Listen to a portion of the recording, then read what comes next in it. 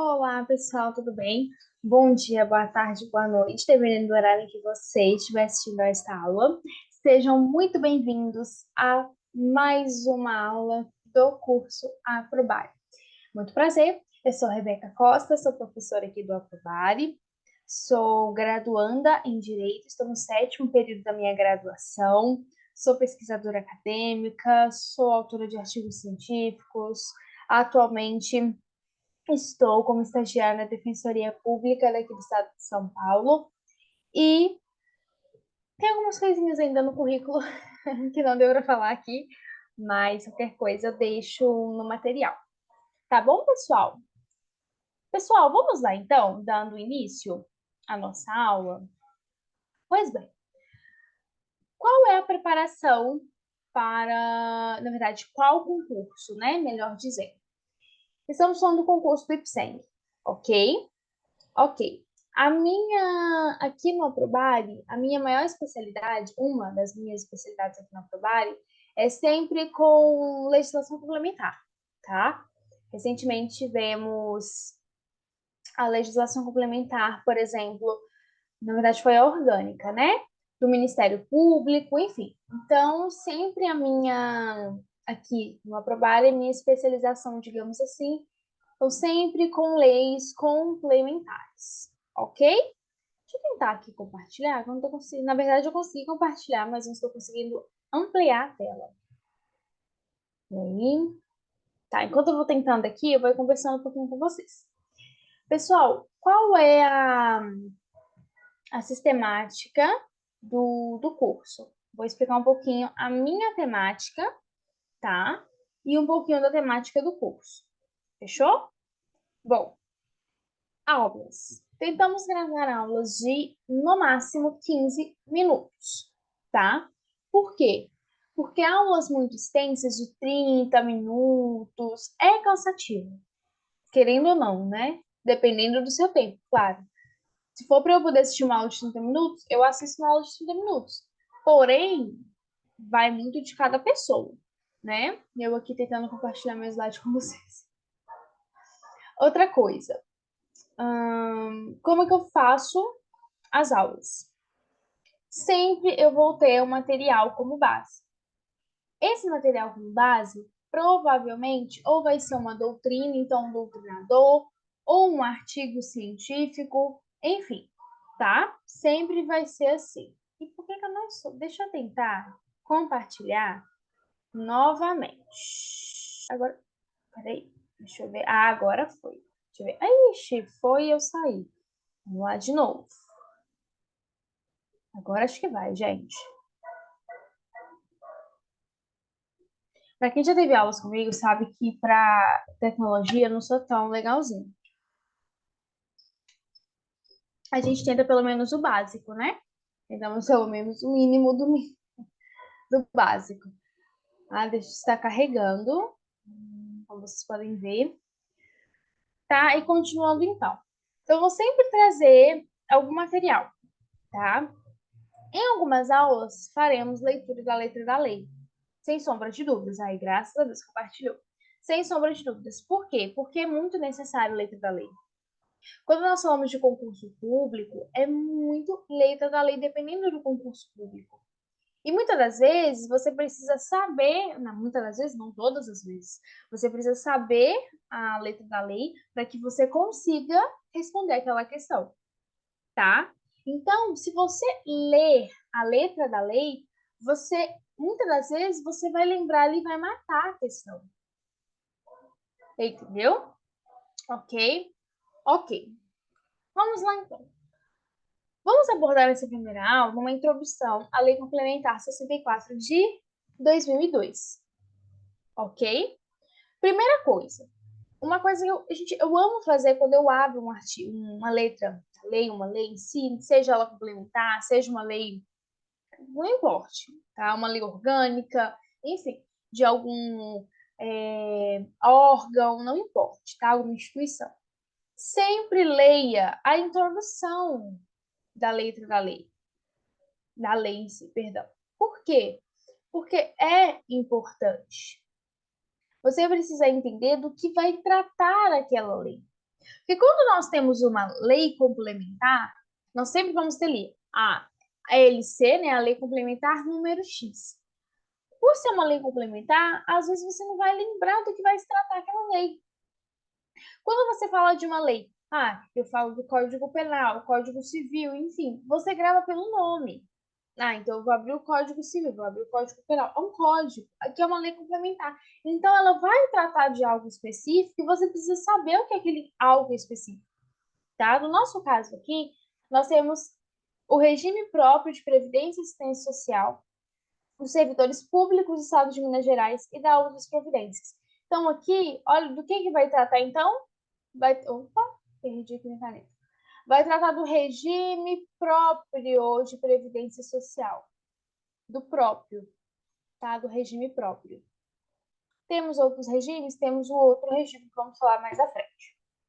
Capítulo Previdência dos Servidores. Artigo 1º.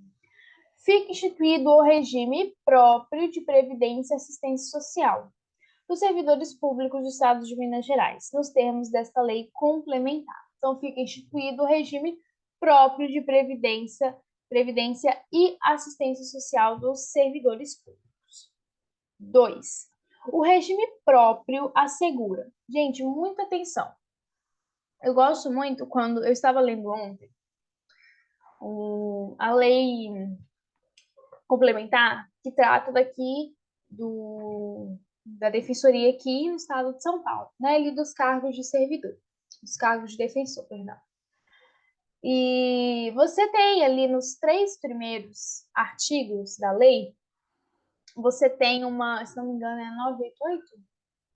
Agora fugiu aqui, viu? Número, gente, número é número, né? Eu anotei aqui, mas eu acho que agora eu me esqueci. Enfim. Mas é daqui de São Paulo, então. E os 3 primeiros artigos tratavam muito da instituição. Então, ali, a sua finalidade, a sua função, os seus, enfim, né, ali os basilares. E eu estava lendo e pensei, gente, olha como que às vezes passa despercebido. Como aqui, ó, assegura o quê? Aqui nós estamos falando, então, de o que o regime vai assegurar aos que recebem os benefícios previdenciários.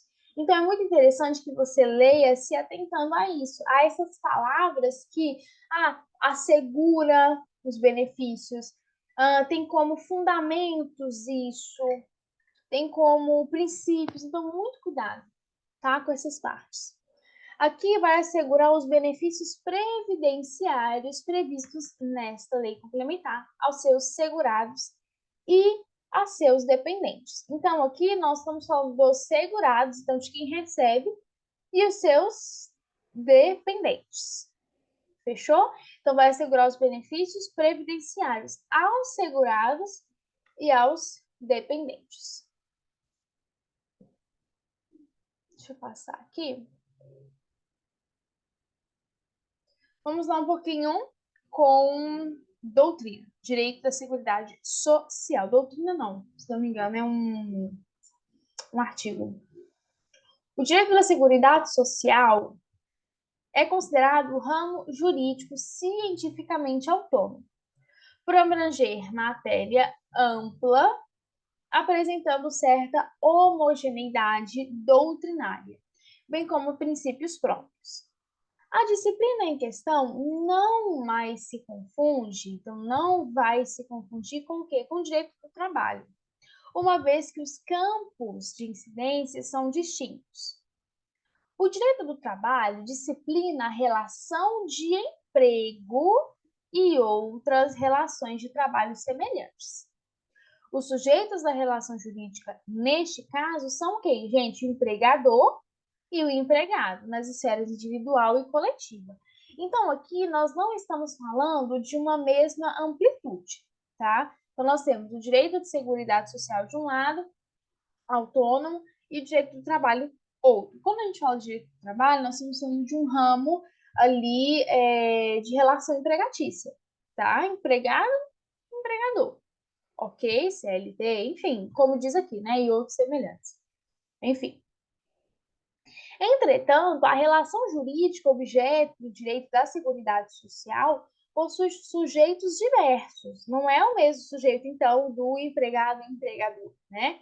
Então, como beneficiário é Estado, beneficiário e entidade de previdência e contribuinte Estado. Ademais, mesmo quanto ao conteúdo da relação jurídica, a matéria regida pelo direito da Seguridade não é trabalhista propriamente, mas voltada à proteção social previdenciária, assistencial e da saúde.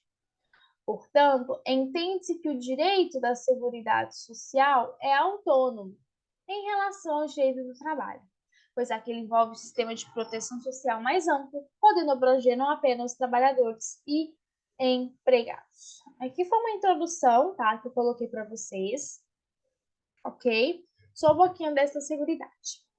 Bom, agora na seção 1, nós vamos tratar dos beneficiários dos segurados, ok? Subseção 1. Vamos lá. Artigo 3º. São vinculados compulsoriamente ao regime próprio de previdência social, qualidade de segurados, sujeitos às disposições desta lei complementar. 1. O servidor público titular de cargo efetivo da administração direta, autárquica e fundacional dos poderes do Estado, do MP e do Tribunal de Contas. 2.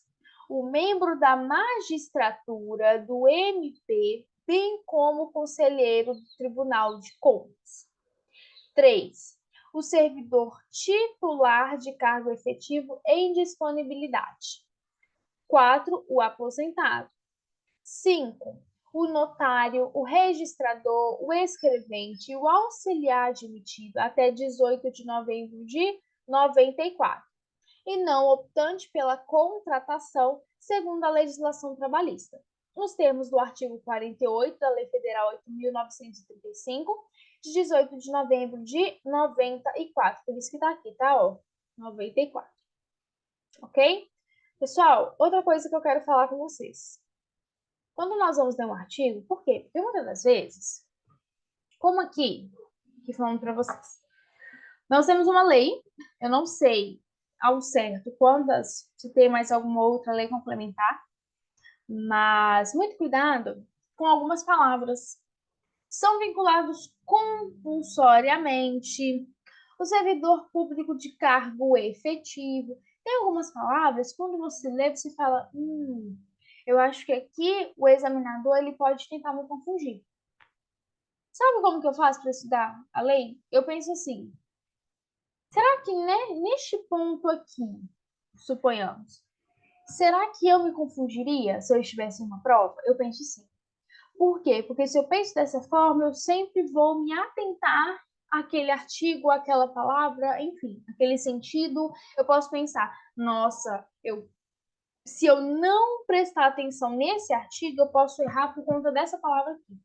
Eu posso me confundir. Ou se o examinador trocar, eu posso cair na pegadinha dele. Tá? Então, muito cuidado com isso. Eu falo porque eu já errei prova por conta disso. Ok? Vou passar direitinho. 6. O notário, registrador ou escrevente auxiliar aposentado pelo Estado.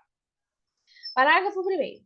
O servidor que, novamente uma palavrinha, por isso que eu até deixei ela em destaque, concomitantemente, mais de um cargo remunerado sujeito ao regime próprio terá uma inscrição correspondente a cada um deles. Então, o servidor que exerce concomitantemente mais de um cargo remunerado que está sujeito ao regime próprio de previdência social vai ter inscrição correspondente a cada um, tá? Parágrafo 2º. O servidor desvinculado do serviço público estadual, ele perde a condição de segurado. Então, desvinculou do serviço público, ele vai perder essa condição de segurado, tá? Ok? Bom, agora, Rebeca, falamos de regime próprio, mas o que é regime próprio? Vamos lá, então. Regime próprio de previdência social, ou, mais fácil de se dizer, RPPS. Ok? Regime próprio de previdência social. contempla os servidores públicos titulares de quê? De cargos efetivos. Deixa eu pegar aqui a caneta, trocar aqui a cor também. Titulares de cargos efetivos civis da União, Estados, DF, municípios, conforme previsto no artigo 40 da Constituição, e os militares dos estados do DF. De filiação obrigatória e compulsória, o que nós vemos atrás agora? Compulsória, no artigo 3º. A partir da instituição por lei de iniciativa do Poder Executivo, do respectivo ente federativo, segundo regra geral, é de caráter contributivo, deve observar equilíbrio financeiro e atuarial. Admite a constituição de fundo integrado de bens, direitos e ativos diversos. E, como regime geral, que vamos falar mais à frente, esse aqui é o próprio.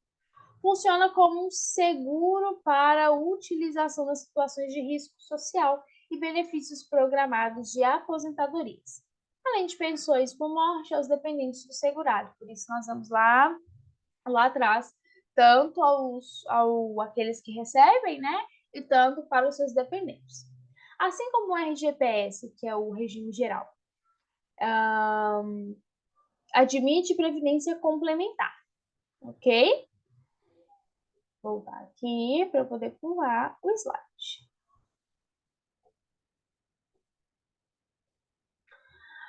O RPPS, deverão assegurar ao servidor público, pelo menos, os benefícios de aposentadoria e pensão. E sua criação depende de lei que disponha expressamente sobre tais benefícios, que são, no máximo, os mesmos previstos para o regime geral de previdência social. Bom, falamos lá atrás do artigo 40 da Constituição. Então, vamos para o artigo 40, que vai dizer: o regime próprio de previdência social dos servidores titulares de cargos efetivos terá caráter contributivo e solidário, mediante contribuição do respectivo ente federativo, dos servidores ativos, de aposentados e de pensionistas, observados critérios que preservem o equilíbrio financeiro e atuarial. Ok? Então, disposto no artigo 40 da Constituição. Cadê o... aqui. No ano de 2019, foi marcado pela promulgação da emenda constitucional número 103, tá? No 103. Isso não, peraí. Achei que eu coloquei errado. Ok, depois eu confiro. Ah, isso aqui. Aqui, depois eu tiro ali. Falei direto, gente. Que veio promover diversas e profundas modificações no sistema de previdência social brasileiro, dentre as quais se destaca a desconstitucionalização de boa parte do arcabouço previdenciário brasileiro, a permitir que futuras modificações do regime geral, né, que é o RGPS, esse 2 aqui, gente, é porque essas numerações é das referências, tá? Deixa eu apagar aqui. E nos chamados regimes próprios, venham a ocorrer ulteriormente por meras modificações legislativas. Os regimes próprios congregam servidores públicos regidos por normas estatutárias, e podem ser organizados tanto no plano federal quanto no estado, DF e município. Pessoal, estas definições eu trouxe para vocês porque uma coisa é nós lermos a letra da lei, ok? Deixa eu só confirmar aqui uma coisinha. Acho que eu não coloquei para vocês. Deixa eu só confirmar aqui. É a 103 aqui, mas eu não coloquei para vocês, gente. Me perdoe. A emenda.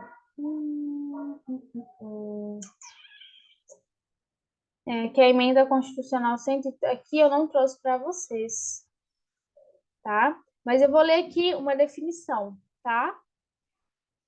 O que é a 103? A proibição de servidores públicos incorporarem, junto à remuneração do cargo efetivo, a vantagem de caráter temporário ou vinculadas aos exercícios de função de confiança ou de cargo de comissão.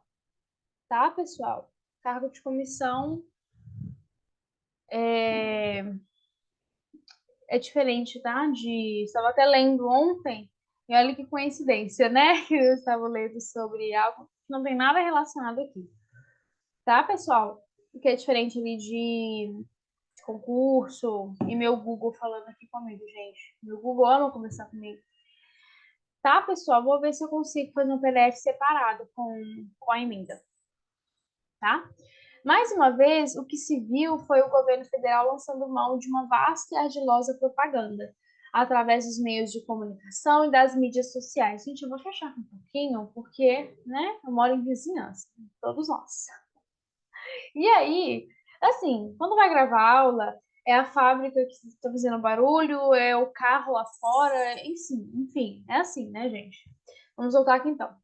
Através dos meios de comunicação e das mídias sociais, para propalar a existência de um déficit previdenciário que estaria afetando sobremaneira o orçamento fiscal, tornando insustentável e para disseminar a falsa intenção de combater pretensos privilégios e imorais desigualdades entre o regime geral e o regime próprio da Previdência.